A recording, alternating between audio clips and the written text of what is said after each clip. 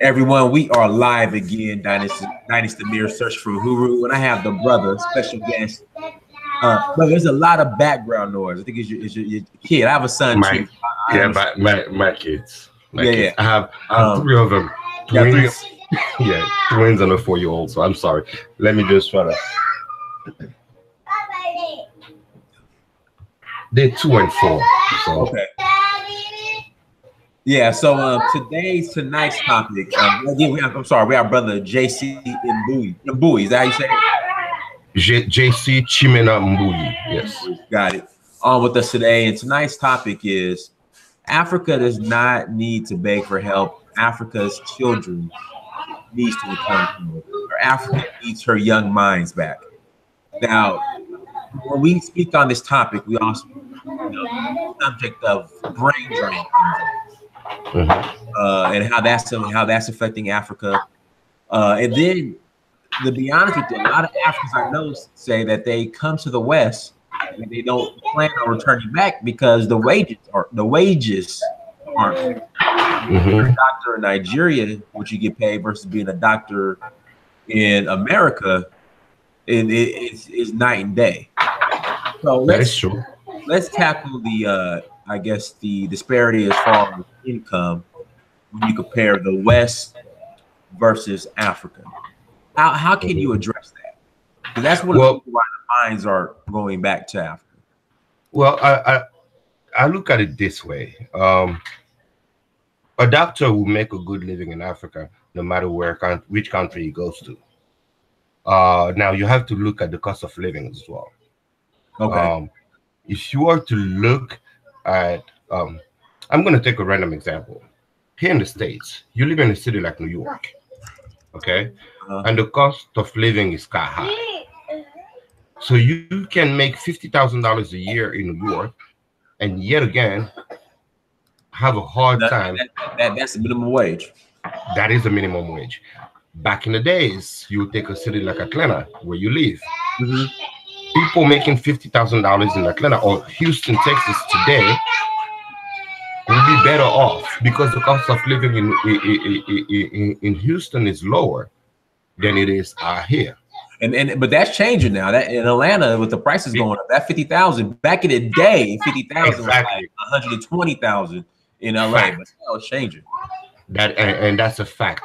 That's the reason why I'm saying we have to look at the cost of living in a way that the cost of living will actually be the ratio on how much money it is that you're making.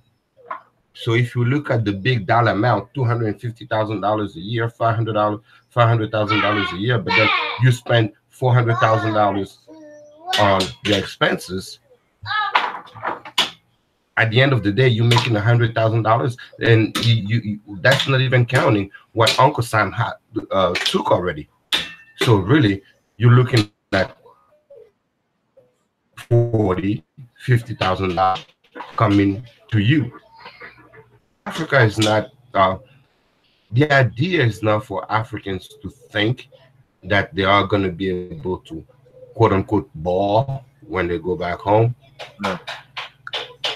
But also accept the fact that while they are in the States with all these big professions, they are still not balling either. Otherwise, their kids wouldn't be playing in the NBA, in the NFL, and so on and so forth. So, okay. I mean, go ahead. I'm sorry. I mean, it is a dream to come to America for anybody, whether you studied abroad before. Let's talk about that. I think a lot of Africans, or well, just in general, a lot of immigrants, but since we're dealing with Africans, they're somewhat they have the wrong impression on they romanticize America. That is true. Is that the case with you?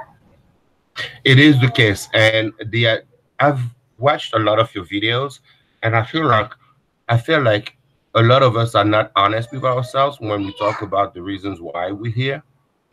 It is true that we come to study, but it had to take one person to come to the States and give us an impression of the state for us to all decide to come. You Right. understand what I'm saying?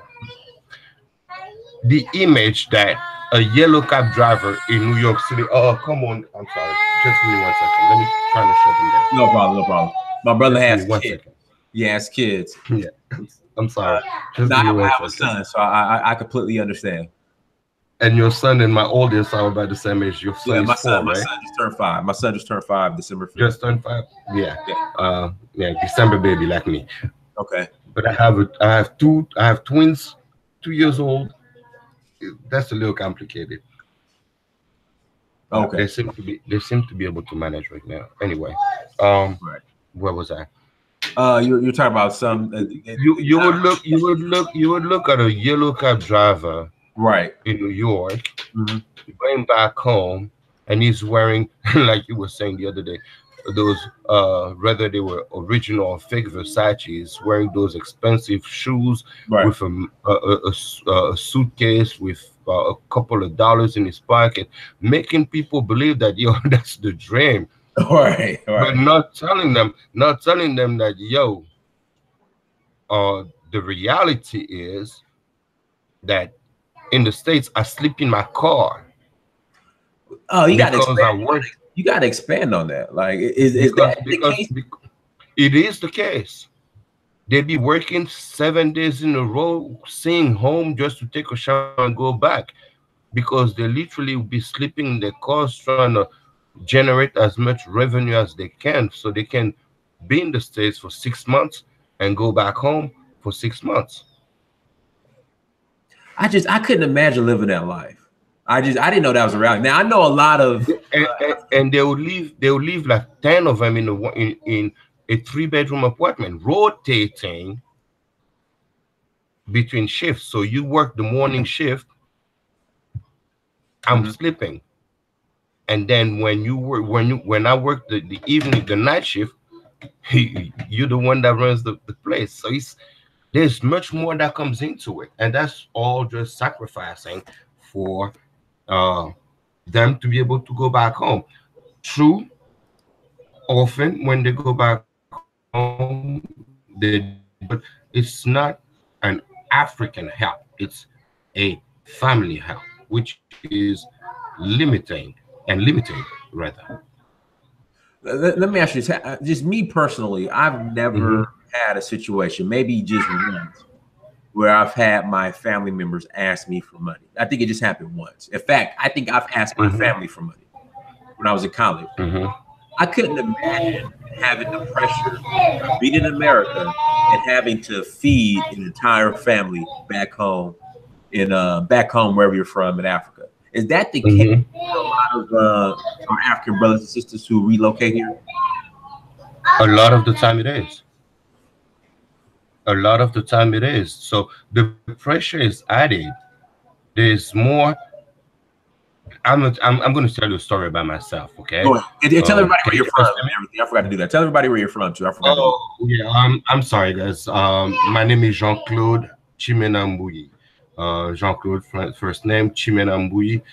For those who know that kind of name, I'm from the Congo. I was born in Kinshasa, but then I grew up in. After I turned 3 years old, my parents actually sent me to Gabon to live with my uncle. So I lived in Libreville for well, half of my life. Literally, I came to the States about 17 years ago. So I lived in Libreville for a good 20 years of my life. So that's that. Um, I'm sorry. Remind me your question. I guess you're going to tell your story as far as Oh yeah.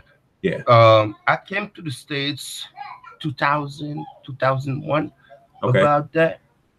And as soon as I was for me to be able to go to school, back home I studied law.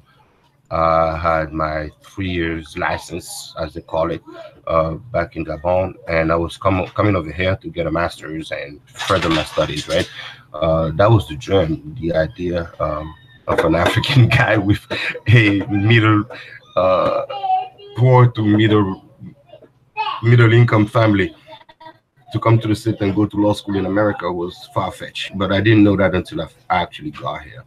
Uh, but the first week that I started school, my sister called me, one of my cousins called me and said, well, you have your nephews out here, and from now on, you are responsible for them to go to school.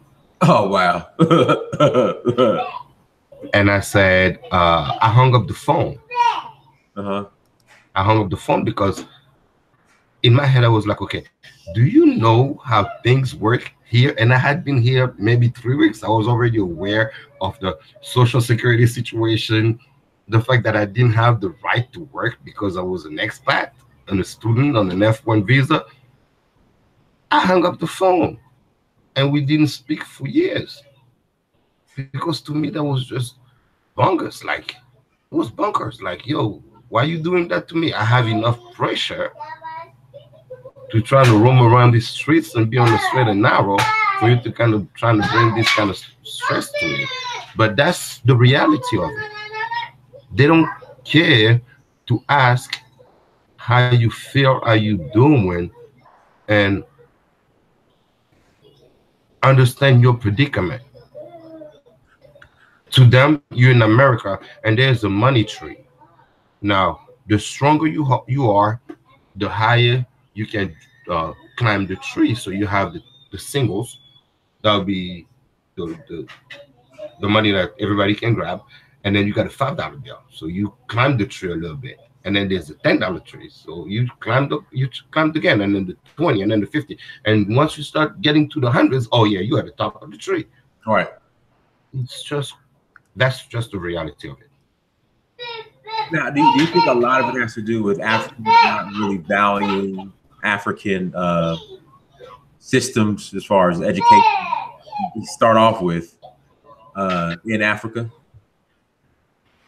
I'm sorry, come again. Repeat your question. Now, I noticed that a lot of Africans, they don't place great value on their own institutions in Africa, whether it be education. You don't realize it until you actually come into a classroom in America. Uh-huh. Can you I explain will say this. Yes, I will say this. Go ahead. I will say this.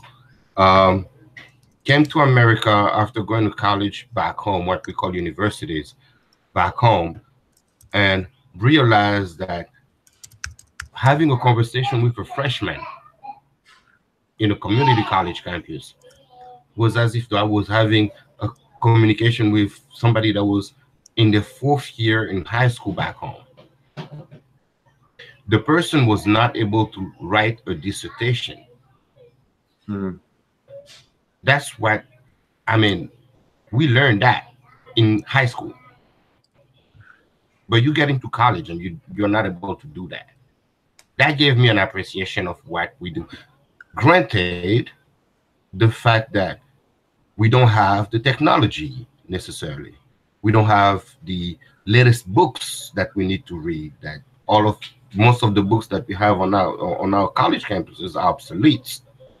But the bases are good. If you look for knowledge, you will get knowledge. If you look to get lazy, you'll be lazy. Right. That's just the way I look at it. Now, that's not to say that the education system is correct, is good in Africa. I just want to emphasize that because it's not. We could have with what we have. If we had the technology to follow, if we had the newness of the materials, we would be so much better. That's what I'm saying. How do you feel about Putin's recent comments as far as Africa as a cemetery for Africans? Are you familiar with his statements? Okay, you need to speak to somebody that has never been there. It's based on it's a statement made by somebody that's never been to Africa, that has no relationship with Africa. It's just like the shithole country comment to me. Both I look at them and I'm like, okay, you don't know what you're talking about. Just go sit down someplace. Okay. Okay, let's see what else we got here. Shout out to everybody in the chat room. Gloria Bernard, thank you for the super chat. Blacksmith Paul Lucas, thank you for the super chat. Shout out to Daddy. Blacksmith Financial. Please ask the guests, are there any resources that you know of for Gabonese name and meanings from the Fang or Binga? Are you familiar with those groups?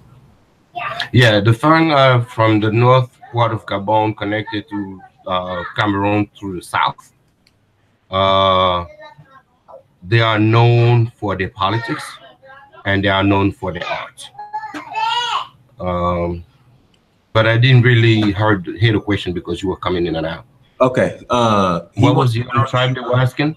Do you know any resources or books that has names, Gabonese names and meetings for the Fang or Binga group? Binga, Benga? Oh, the Benga people. Yes. Okay.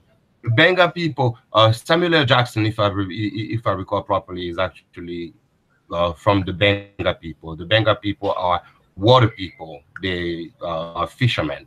Okay. And the Fang, or in fact, he says Fang. It's called Fang and Benga. Okay. The Fang are more into the woods, so they are what do we call it? Hunters. Okay. A lot of meat. If there are books about Bengas, I don't know if an author that would be of Benga origins, but I can connect that person with a Benga person that I know personally. Okay. He's like a big brother to me. Okay. So and then as far as the song is concerned, you can look for he passed away, but you can look for a gentleman called Gregory Mintza. Mintza is Mintsa. Okay. All right. Let me ask you this: with you know, there are many Africans who are bragging about being successful immigrants in America. Mm-hmm. Their countries aren't doing too well. Can you expand on that? Should a successful immigrant brag about how successful he is in a foreign land when his country is on fire? I don't. Is on fire, right?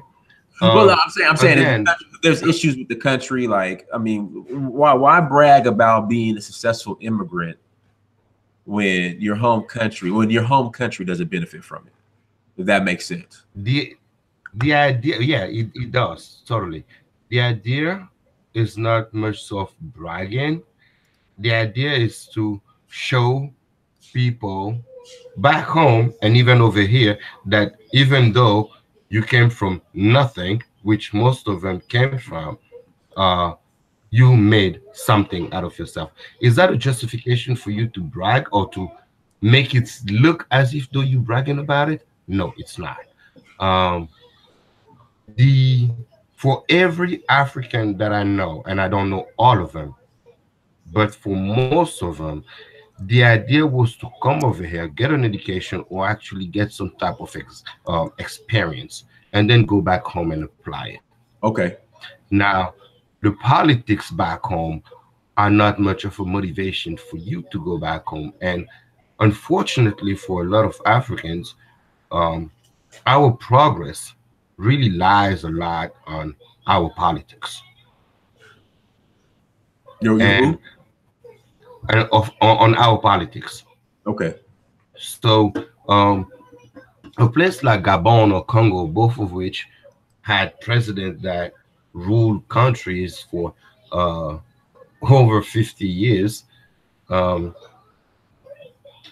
when you try to go back, the mentality is not the one that you expect to be able to thrive in. They up to the guy that sells at the corner store. He's just people are just looking at life in a different manners. I mean, in a different manner. And when you come from the States, in particular, I'm sorry, but this system has an impact on us. Mainly when you're trying to really live the American dream, quote unquote. You get yourself involved into so many things, America, that when you go back home, you're trying to see the same ways of doing business applied, forgetting about what it is to be home. So home has to change in a way, and we will not be able to change home until we actually decide to go home. What's the mentality? So you mentioned how the mentality is different back home. Like what when you say the mentality back home, like what do you mean? I go to Africa a lot. So from the eyes I'll of give you. who leave Mhm. America and goes back, like what's the like what do you mean by the mentality is different? So people can understand. I I'll give you an example. The white man complex. That's how I like Oh to yeah, call yeah, it. yeah. Mhm. Okay. Me personally, I don't see that person as being better or bigger or higher than me.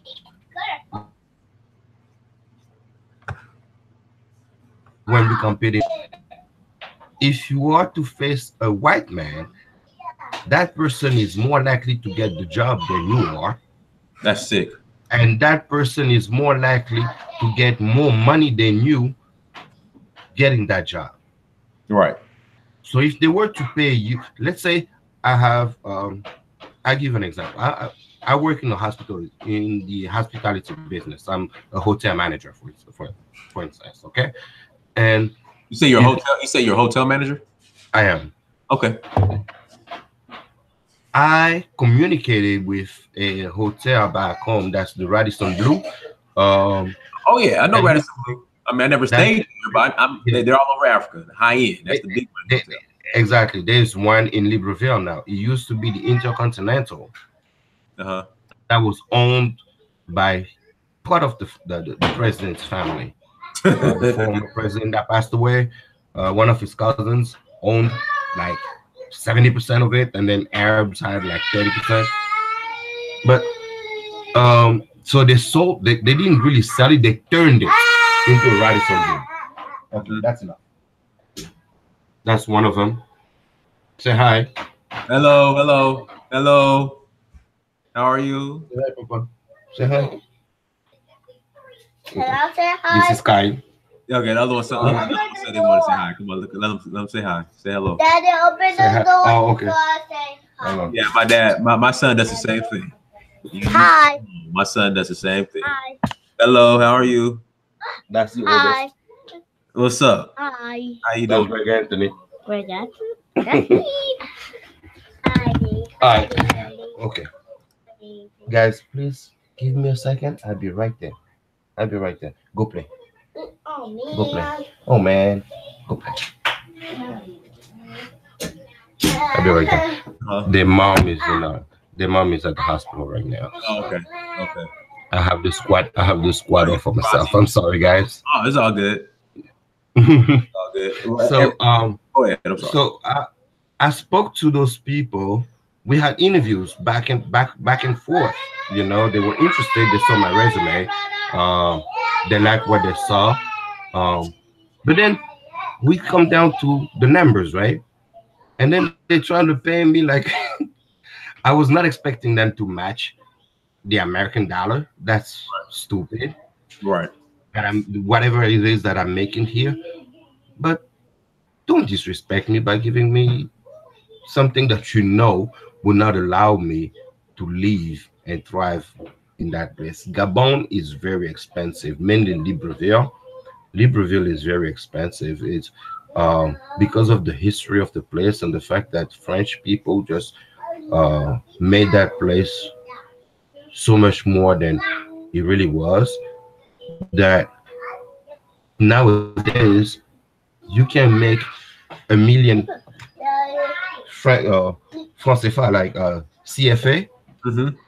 and actually expect to thrive out of it. It's not enough. So JC, would it make more sense for you to So go? Would it make more sense for you to go back to Gabon and start your own hotel? it would actually make more sense for me to go back home and start my own hotel. However, because that place is so small, because there's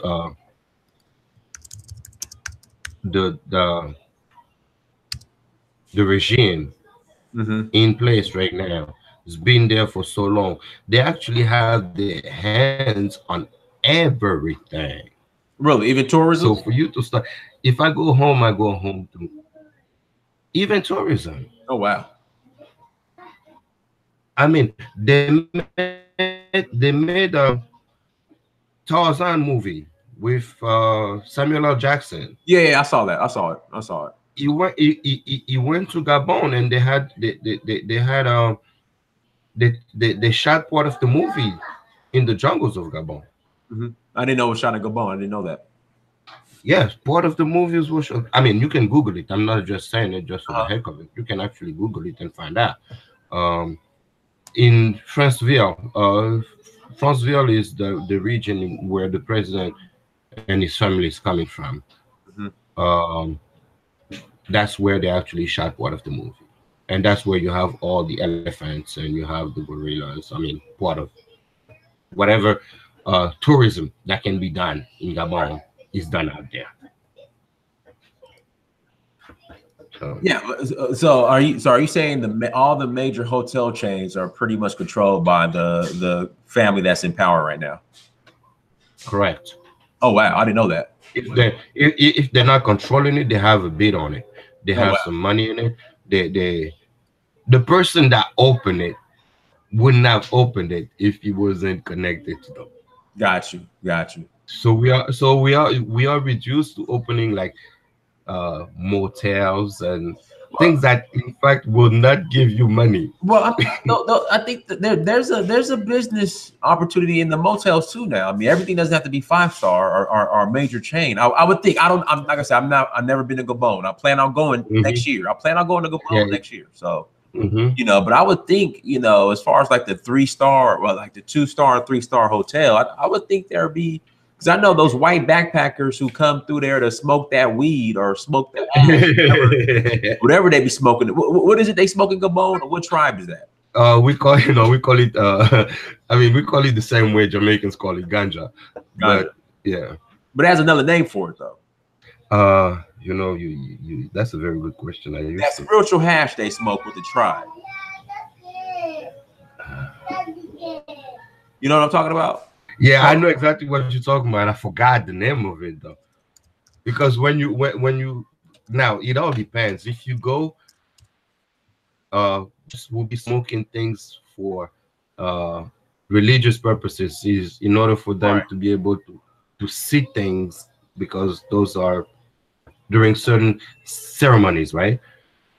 They'll be doing the rituals, so they'll be smoking like it's called Iboga.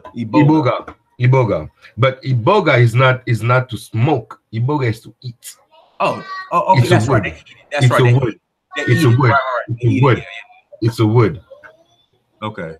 Yeah, it's a wood. It's from a tree called Iboga. You can actually look it up. It's got the ability to actually help a lot of people medically.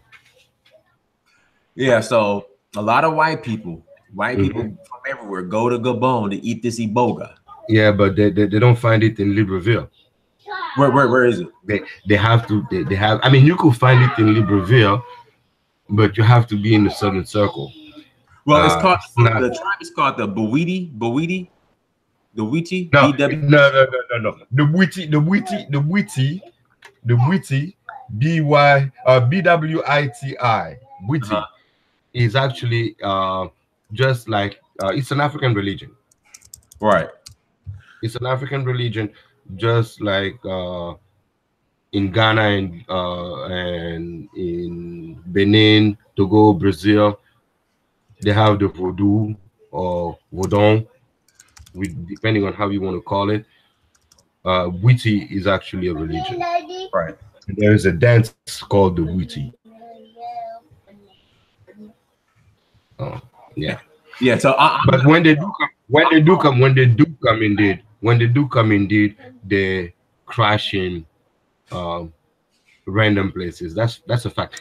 I will need to look into that further and see if it actually is worth the investment. Totally. Shout out Paris Milan. Thank you so much for the super chat. Mr. Grandor, thank you for the super chat. JC, hold on. That's okay. That's okay. That's okay. That's the oldest of the twins. I was gonna say, somebody in the chat room says he made a statement. Student loans got their foot on my wallet and my neck. Do a lot of African immigrants, when they come to America, they incur a lot of student debt? Yeah. Because Gabon is one of the rare countries that actually can give some type of a scholarship for the students when they come out here. A lot of countries don't. So it's usually out of pocket, but you have to rely on your family to help you out. And if your family doesn't have the money, then you basically left out for yourself. Oh, no. Come on. My man JC's on daddy duty. So trust me. I'm on daddy duty. I'm sorry, guys. Oh, it's all good. It's all good. It's all good. I was not expecting when we planned this. This was not the plan. We basically with you. We're on daddy duty with you. So I understand it's a struggle. It's a real struggle. Yeah. I could like I said, I could definitely be on daddy duty. I appreciate it. Okay, guys. If you stay here, please. And you patient too. Because I would have cussed my son out by now. It's three of them. I have to pick one to cuss. Yeah, you gotta turn on. My son watches. It's called Ryan's Toy Review. Toys on YouTube. Oh. They want their tablets. I don't even know why they're coming over here to bug me. Yeah, I have my son. My son watches. I put him on the TV when I'm on, and he's glued to the TV. So yeah. So what are your thoughts on China being so heavily involved in Africa? Hate it because it makes me feel as if though we are not able to help ourselves. I understand why they're there. I understand how it happened, and the reasons actually make sense. If the politics were correct. You have a country like Congo, where I was born. Richest country, richest piece of real estate on the planet. The richest piece of real estate on the planet, and because we allow, yes. I'm sorry, I'm trying to get them. Oh no, go ahead. I know you get them all set up. I'm the same way. Yeah, I'm trying to set them. Hey, arrête de faire la cuisine. Viens ici. Tiens. Au revoir. Au revoir. I speak to them in multiple languages. So. Au revoir. Au revoir. On se voit tout à l'heure. Non. In français, au revoir means go. Bye-bye. It means go. Bye-bye. Yes. So, yeah. I hate it because the return on investment is not to the profit or the advantage of Africans. I'll give you an example. In Kinshasa, they built a stadium. It was probably one of their first investments in Africa, from what I can recall. At least a stadium for what? Like, how's Congo's football team? Because Mobutu wanted to have one of those major stadiums. Look at it as like the Hawks stadiums. Yeah, but who's gonna play it? I mean, how's nobody? No, exactly. And who wants to come? Nobody. Outside of Rumble and Jungle, who wants to come play in Congo? We weren't even planning on organizing the World Cup or nothing. All right. You understand? It's like, matches amongst teams, but he wanted to have that thing as the most banging stadiums in Africa. So you had the Chinese to come and build it. Now, mind you, the contract stated that for 20 years after they were done building it, they will own the property. So everything that was... Whoa. Okay. I need you to repeat that, because you have delusional Africans that swear that the Chinese are not going to own anything in Africa. They don't know. Do they know the contracts? I want to see how they can break down the contracts of those places, or those investments by Chinese people are set up. I really do. Um, they come. How do you think they're gonna make money? They don't just come and say, "Oh, you know what? You're gonna build this. You don't have the money, no problem. We'll build it, and it's a donation." I don't know one country that does that. Right. To build roads, to build bridges and buildings. They come and they have us. They will build it and they'll build it and then they'll build it with this. We all know that Chinese material is not the best material out there to build anything with. Trash. So already, because of that, and because of the fact that it's Chinese made in Africa, dealing with our environment, we should know that they don't have the technology to build in Africa. It just won't last. The rain, the terrain, the salt will shred all that thing to pieces in a minute. I understand why they do it because let's be honest, right? Um, America has not invested in the building of Africa. Yeah, but this is my thing. Let me stop you. All this ingenuity, this African ingenuity, all these Africans getting degrees, and I keep hearing stories about Africans creating this here in America and excelling in this field and being the first to do this. The ingenuity is there. It's just they don't want to go back and build. And what I'm noticing now is a lot of Africans are living vicariously through the Chinese in their building. Like they're gonna benefit from the Chinese building the stadium in Congo. They're selling out. Besides that car from Ghana, what's the name of it? The car from Ghana? What in Ghana? The car that was created in Ghana. Kontaka car, right? How many of those were produced? You know what? Literally, there was an article that came out earlier this week that 3 countries bought, I think I want to say 1,700 units of those cars. But the guy even said himself that Ghanaians won't support him. You see what I'm saying? Yeah. So there was a guy from Mali that today works for NASA. Brilliant guy. Left Mali, went to France. French people didn't appreciate his skills and talents. Came to the state and they appreciated it. He stayed where people appreciate him. But what he didn't realize was that they appreciate his intellect, and they're giving him every tools available for him to be able to thrive. When back home we don't have the tools. When we talk about Congo, the problem with Congo is not what we have, it's what we don't have. And what we don't have are manufacturers. What we don't have is the fact that we cannot produce. When you say producing, is like when you go to the farm and you plant bananas and avocados and they grow. Africa has the raw material. I'm sorry, but the raw material, without the white man deciding the price of that raw material, is like nothing. So we could have had gold for years, and if it wasn't because of a white man coming and telling us, oh, the gold that you're wearing on your neck is worth this much, we wouldn't know the value of it, because we never priced things that way. Right. We were dealing with exchanges. I'll give you something of value to me because I need something that you have. So I'll give you a pen because I need a piece of paper.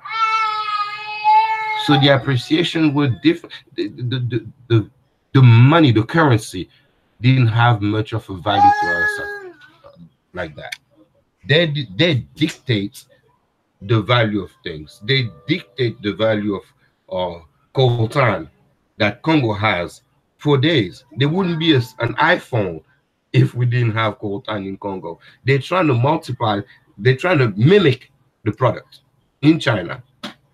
And that's the reason why we're getting all these phones that are dying after 3 6 years, because they are not using the real deal. So I'm just saying. Anyway. Shout out to Shayna. Shayna says it's the parents' fault too. They invest their money in the kids' education abroad and don't let them know that there's stipulations to them studying abroad. The parents need to put their foot down as well. I agree. But I think that, to me, parents have so much control on an adult, because once you leave back home, most kids graduate from high school back home by the age of 19, 20. So they're already grown and ready to make their own decisions. You don't leave the house if you're not ready. These kids make decisions for themselves, or these guys make decisions for themselves once they come to the States. Okay, your parents can put their foot down as much as they want. Once you graduate, you look at your father and he's not going to send you money anymore. Oh yeah, okay, that's fine. I got a job. Thanks. Bye bye. You know what Chinese did, and I'm not saying I'm not going to say that it's a good thing, but I'm going to tell you what they did.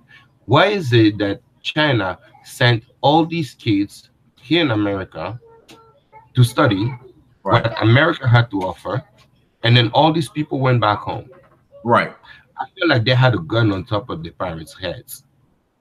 Like the government were like, okay, first of all, China refused to open up to anybody. I'm saying anyone. What? China refused to open the doors to anyone. There was no Chinese going out. There was no Chinese coming in. And to control the number of kids that were born, if you had a girl as a daughter, as a kid, and a boy, the government will kill the girl. Oh wow. So now this, I'm not saying it for the heck of it. People can go and read upon it. Okay? Chinese girls. That's the reason why a lot of Chinese people fled the country, because they had more than one kid. Right.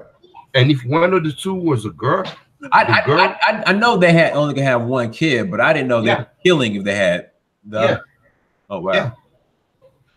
So they had to hide the other kid, or if the government was to find out, that kid was to be put down.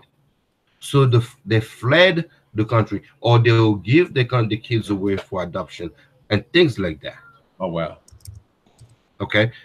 When they decided to open up to the States, they sent their kids to America, but all those kids had a mandate.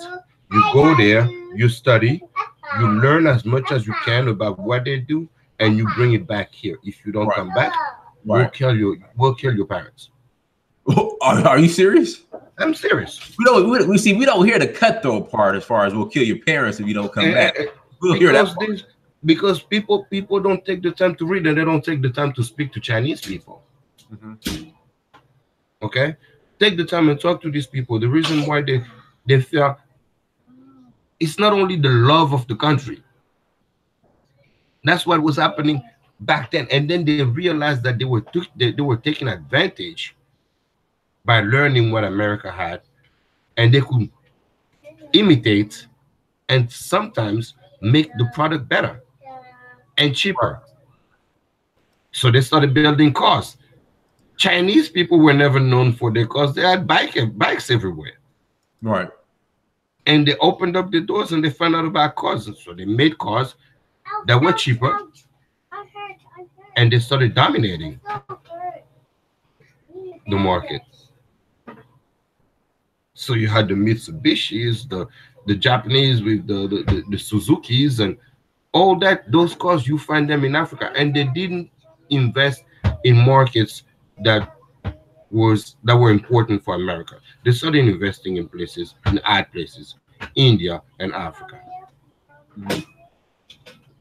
So I think that we should do the same thing. There's got to be a reason, mainly if the government invests in your schooling. Right. If the government okay. If the government pays for your schooling abroad, they have to have a way to put pressure on you to come back home. We'll at least we'll arrest your family. You know what I'm saying? There's not. And again, I don't want to look at it as the example to follow because it's not that. Let's not. But there should be a financial impact. Let's say, okay, we'll follow you. You will go to school, and if you decide to stay in America, guess what? 30% of your revenue comes back to the country. Are you ready? And they keep track with you. Right. And everything that you make, 30% will come back to the country. I guarantee you at some point somebody's going to be like, you know what, them 30% are costing me a lot of money. Let me just go back. This is soda, Daddy. And take advantage of my 100%. Daddy, this is soda. So Chinese have a code of conduct versus Africans. That's what I'm hearing from you. Yeah. Yeah. Amongst themselves, for themselves. And the other day I texted you and I said, you know, we trying to compare a country to a continent. We shouldn't do that. We should take what they did to excel when we talk about being Pan-Africanist, right? Right. We should take what they did as an example and see what works for us as a basis. Uh-huh. We cannot expect Africans. It's like the story about Adam and Eve, right? When Adam when Adam ate the apple, he got addicted, and there it is, right? The story of humankind. He shouldn't have eaten the apple, so he committed what's the word in English? He basically dropped the ball on what God's mission for him was, because he went down and looked at Eve the wrong way. I have my kids over here. I can't really use those words. Oh, you good, man. You good. You know what I'm saying? But the Chinese have a line of conduct. They have things that they will do to allow their country to thrive. At the end of the day, all they do, every day, all day, is to help China get better. Right. I need you to repeat that. Right. Everything that Chinese people do, everything is to help the country grow. At the end of the day. Mm-hmm. There's not one Chinese person in the United States of America, if given the opportunity to go back to China and have a company, that wouldn't go back. Even if the Chinese American for I don't know, hundreds of years. They still speak the language at home. Mm-hmm. They be called Sean, Peter, Jake, Jack, right, for American consumption. But at home, they still Chen, Jen, June, Song, and all that. Are you ready? So they do not forget where they come from. They still have the Chinese and the Japanese names. And they still do speak and understand the language. Latinos do the same thing. They can come to America like every day and live in America. But given the opportunity to go back home and run a business, okay, enough. Everybody out. Out. I'm sorry, I have to put my feet. Oh, no. You're on daddy duty. We understand. Just thank you for go. Multitasking. Go. Yeah, whatever. Prends ton téléphone et va t'asseoir. Va t'asseoir. Tu m'énerves. Je m'en fous. J'ai ton téléphone, tu le casses. Ben voilà. Arrête, mon bébé. So, they do the same thing. You go in the Bronx, they all speak Spanish. Right. Whichever city, whichever states in America, they still speak Spanish. And if given the opportunity to go back home, Rivera, Jose, even though today it might be called John, will go back home. And because he still has the language, be able to thrive in this land. Our kids are losing the language. Our kids are losing the ability to associate with Mother Africa. And that's, I'm going back to what your one of the people was stating earlier. That's the parents' fault. Now I'm not talking about the ones that are back home. I'm talking about the ones that are here. You don't know how many times I hear, and I even heard somebody say that on your show once. My parents are from Africa, but I was born in Brooklyn because I have the Eagle passport, the blue passport. I'm American. And that to me is so offensive. Your mom is from Senegal, your dad is from Senegal, and you out here claiming that you're American because you were born in Brooklyn. Doesn't make any sense. All of my children have African names. And I don't care how long that name is. Right. But somebody's got to, when looking at that name, that person has to be able to put that kid in a certain country, in a certain region in Africa. Let's start with that. Let's start with making sure that our kids know the history. Let's start with our kids know exactly where they come from, who they are. Because if you don't know where you come from and you don't know who you are never going to be found. You had that situation where you decided to have your DNA traced. And because you were asked a question, which in Africa is a random question. Where you from? Who are your people? And you couldn't answer to that question. So that motivated you into getting your DNA test done. It is unfortunate that because of history, because of the way things go, we have to, resolve to DNA. But what are the options we have with African Americans in particular? But it'll be stupid for even Africans to get into the line of checking their DNA. Right. Because we parents did not do our due diligence in telling them the story of their life. So that's where it starts when it comes down to Pan-Africanism. And then there are so much more that I want to say, but no, go ahead. Take time. Go ahead. Go ahead. I mean, if you have time, go ahead. Yeah, I do. I have plenty of time. Go ahead. Say what you gotta say. Go ahead. Okay, guys, that's enough. That's enough. Something. Everyone, thank you for joining us. Make sure you guys hit that like button as well. Hit the like button. So, go ahead. Arrête.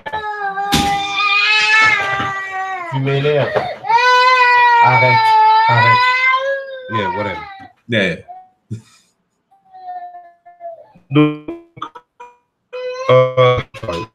I will finish.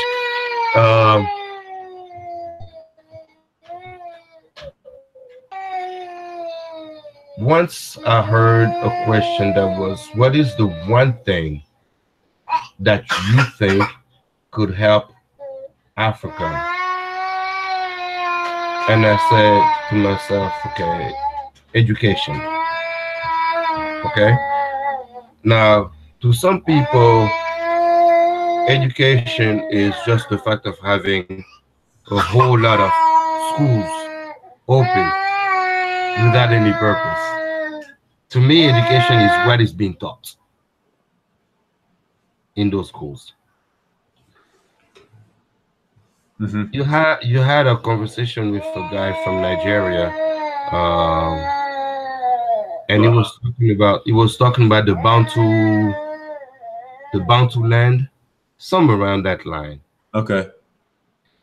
And the idea to him was, instead of talking about Pan-Africanism, we'll be talking about, the United States of Bantu people, the Bantu people. So right. Yeah, I remember. Yeah. Go ahead. Yeah, I remember that. Yeah. We cannot think about opening up those fake frontiers, those fake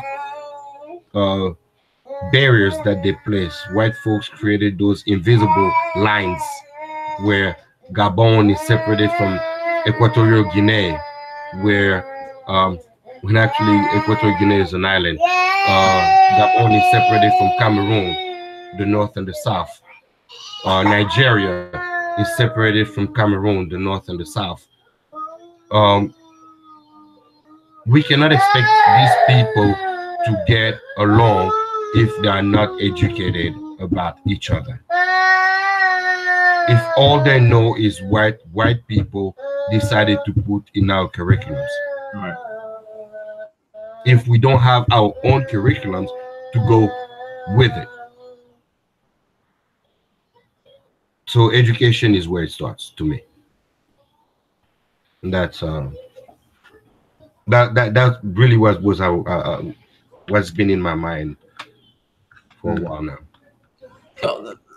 So how do you think this is going to end up if African ingenuity continues to leave Africa, and China replaces that African ingenuity building Africa? What's the end game? How do you think this is going to end? It's got to stop. I'm one to think that Africans needs to go back home. I personally, within the next 5 years, I'm planning on moving back home, and it doesn't have to be where I grew up, or it doesn't have to be where I was born. I have no problem relocating to a place like Angola. Well, real quick before I forget, what's your thoughts on Angola? Well, I have one of my brothers that live out there, and I have cousins that live out there. Now, it all depends on where you are. It's a thriving country. It could be an example. The Portuguese influence in Angola is still there and very strong. We're speaking to these people, some of them, mainly the lightest toned, the light skinned Angolans, right, don't see themselves really as African. Oh wow! Because they feel as if they have that white gene in them that makes them different. They don't live in poverty. The dark-skinned black person lives in poverty. And I'm not saying this to separate us. To me, we are all one. But if amongst ourselves there are some that decide to be different, we have to call them out. Right. That's all I'm saying. Angola's got plenty of potential. It's a beautiful city. It's a beautiful country. Right. It is a beautiful country. I mean, if you're in the city, you find yourself, you almost forget that it's like when you're in Joburg, you forget that you're in Africa.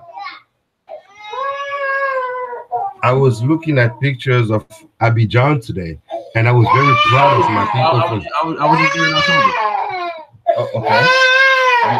You see. Okay. Baba, I'm sorry. Give me 1 second, please. I need to do a little discipline. No, go ahead. Hey, move. Everyone, again, thank you for joining us. Please hit that like button as you come to the chat room. We got the Cohen Davis, the president's daughter. She's a billionaire on paper. I mean, she's a billionaire, but the way she got that money was, I wouldn't say was ethical, you know. Yeah. I mean, that's her daddy. She's running front companies for her daddy. That's pretty much what she's doing. The billionaire woman in Angola. But that's another. We'll talk about that in another video. Blacksmith Financial. Thank you so much. The support. I'm sorry. Oh, go ahead, brother. Go ahead. So I saw Abidjan today with the Christmas decoration and everything. And a friend of mine posted it on Facebook, and it was like, "Oh yeah, you're not in Paris, nor in New York. This is Abidjan." And you look at the decorations, you're like, "Whoa!" Right. You there, brother? Oh, we lost him. He fell off. Everyone, let's wait for the brother to come back on. Yes, like I said, I forgot her name. What's the name of the daughter? But he's no longer the president. But yeah, but she's in a lot of trouble because again, the way she got that money was do some shady business practices via her father. Abidjan is the Paris of Africa, but I think Gabon, they're more Dos Santos. That's her name, Dos Santos. I want to say Gabon. I think they think they're more French than the French. So it's a competition between Gabon and Abidjan. Yeah, but basically with Dos Santos, what she was doing, say a international company or a foreign national company wanted a contract in Angola. What Dos Santos' father would do would have her set up a business or kind of like a consulting business, right? To consult with that foreign national company that wanted to do business in Angola. So that's how she was getting broke off. So pretty much if you wanted to do business in Angola, you have to go through Dos Santos. Yeah. Isabel Dos Santos. So yeah, let's give the brother a couple more minutes to get back on. If he doesn't get back on, we'll get back on. We'll close out. A shell business. I don't know, shell business, whatever it's called. But basically, say if I wanted a major contract, say I wanted to lay T1 lines or fiber optic cables throughout Angola, I would have to partner with Dos Santos in order to get the deal, and then she gets the cut of the money. Right, a bribe taking consultancy. That's exactly what she was doing. That's why if you think about it, I mean, even though she's a billionaire, a lot of people. What was that? Even though she's a billionaire, a lot of people didn't really. She wasn't really recognized on the billionaires list, even though she was a billionaire. I mean, people talked about when it comes to black women, people talked about, of course, Oprah. Then you had the lady out of Nigeria. I can't think of her name. But Dos Santos is like, yeah, she's a billionaire, but we know she's shady. So yeah, I think the brother had to log off, man. I know he has his kids, so everyone, we'll go ahead and end the broadcast. Hopefully you guys gain something from that. Make sure you go to search for Huru on Instagram, Snapchat, Twitter, and Facebook. Make sure you like, share, and subscribe. Thank you for the support, you guys. Until next time, Dynasty Minute, search for Huru. Peace.